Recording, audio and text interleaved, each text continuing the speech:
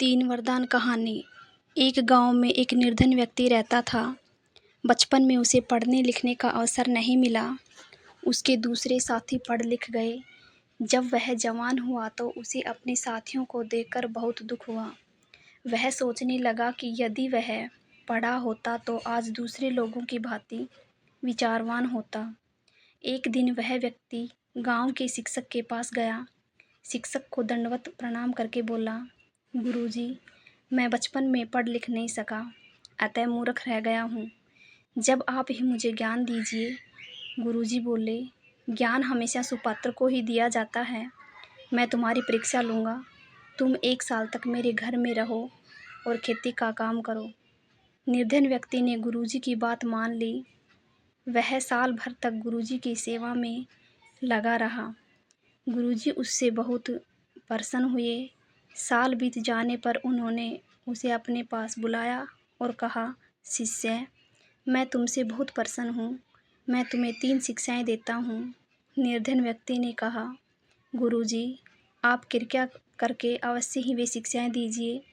गुरुजी ने उस आदमी को शिक्षा देते हुए कहा, शिष्य, पहली शिक्षा यह है कि घी बहुत सारवान वस्तु है।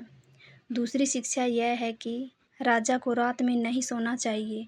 और तीसरी शिक्षा यह है कि स्त्री जब उच्छृंखल हो जाए तो उसे दंड देना चाहिए। गुरुजी ये तीनों शिक्षाएं देकर मौन हो गए। निर्धन व्यक्ति उन शिक्षाओं को याद करके गुरुजी के चरण छूकर अपने घर लौट आया। उसने विचार किया कि वह दूसरे लोगों को ये शिक्षाएं देगा और धन कमाएगा। ऐसा सोचकर वह देशाटन को निकल पड़ा। वह जहाँ भी जाता लोगों को अपनी शिक्षाएं खरीदने को कहता, किंतु किसी ने भी उसकी शिक्षाएं नहीं खरीदी। लोग उसी बातें सुनते और उसकी हंसी उड़ाते हुए चले जाते। अपने इस हाल पर निर्धन व्यक्ति बहुत दुखी हुआ। वह सोचने लगा कि इस प्रकार तो वह भूखों ही मर जाएगा, अतः उसे राजा के पास जाना चाहिए। वह राजा दरबार में चला गया। उसने राजा से कहा कि उसके पास बहुत कीमती 3 शिक्षाएं हैं। राजा ने उसे शिक्षाएं बताने के लिए कहा। निर्धन व्यक्ति ने अपनी तीनों शिक्षाएं राजा को बता दी। राजा बोला, मैं तुम्हारी इन शिक्षाओं की परीक्षा करके देखूंगा। यदि ये सच हुई तो तुम्हें बहुत इनाम दूंगा। तुम जब तक दरबार में ही रहो। राजा निर्धन व्यक्ति की शिक्षाओं की परीक्षा करने लगा। पहली शिक्षा तो कुछ दिनों में ही सच हो गई। राजा शुद्ध घी खाकर और व्यायाम करके जल्दी ही स्वस्थ हो गया। अब दूसरी शिक्षा की बारी थी। राजा ने रात में सोना बंद कर दिया। वह वेश बदलकर राजधानी की गलियों में घूमने लगा। एक रात उसे एक स्त्री के रोने की आवाज़ सुनाई दी। वह उस स्त्री के पास गया और पूछा, तुम कौन हो और किस दुख के कारण रो रही हो? स्त्री ने उत्तर दिया, मैं इस नगर की देवी हूँ। कल आधी रात के समय इस राज्य का राजा मर गया। मेरे दुख का यही कारण है।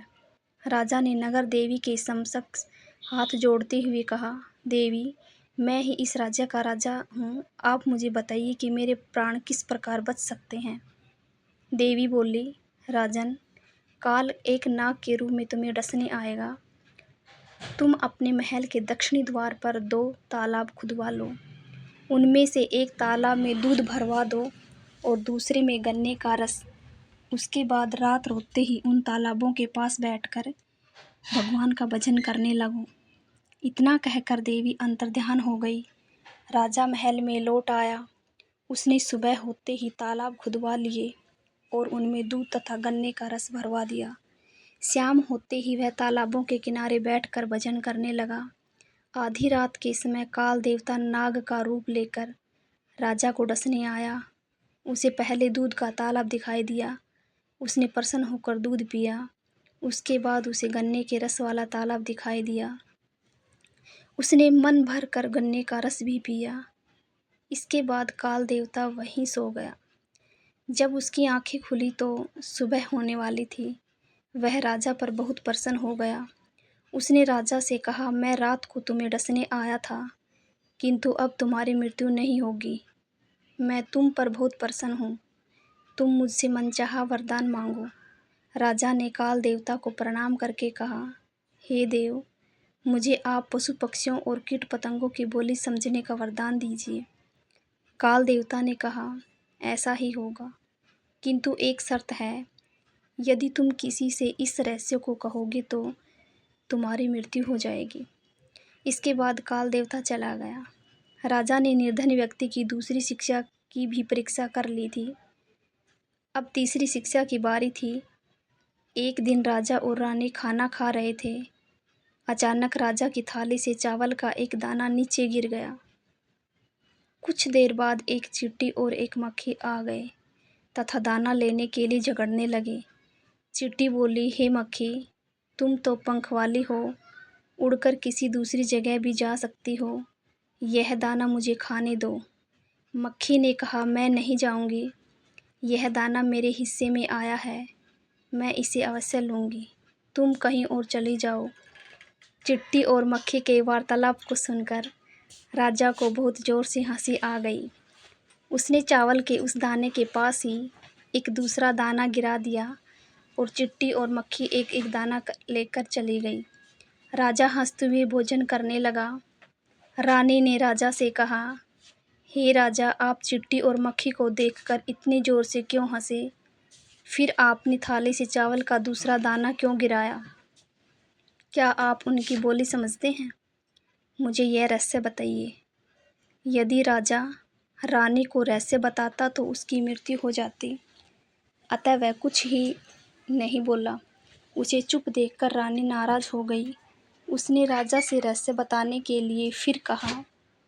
तब राजा बोला, रानी, सारी बातें बताने योग्य नहीं होती, मैं तुम्हें यह रहस्य नहीं बता सकता। रानी इस उत्तर से संतुष्ट नहीं हुई। उसका क्रोध और भी बढ़ गया। वह बिना कुछ कहे नदी में डूबने के लिए चल दी। राजा अपनी रानी को बहुत प्रेम करता था, वह भी उसके पीछे पीछे चल दिया। जब दोनों नदी के किनारे पहुँचे तो दूसरे किनारे पर एक लोमड़ अपनी पत्नी लोमड़ी को मार रहा था और कहता जा रहा था, क्या तुम समझती हो कि तुम भी कहोगी, मैं वही करूँगा। क्या तुमने मुझे इस देश का राजा समझा है, जो अपनी रानी के मोह में अंधा होकर उसके पीछे पीछे चला आ रहा है? यदि उसका यही हाल रहा तो एक दिन वह अवश्य ही मर जाएगा। यह सुनकर राजा की आंखें खुल गई। वह रानी को नदी तट पर ही छोड़कर राजमहल लौट आया। जब रानी ने देखा कि राजा भी उस पर गुस्सा हो गया है और वह उसे नहीं मनाएगा तो वह भी लौट आई। राजा ने उस निर्धन व्यक्ति को दरबार में बुलाया और कहा, तुम्हारी तीनों शिक्षाएं सही हैं, अब मैं तुम्हें इनाम दूंगा। राजा ने निर्धन व्यक्ति को बहुत सा धन दिया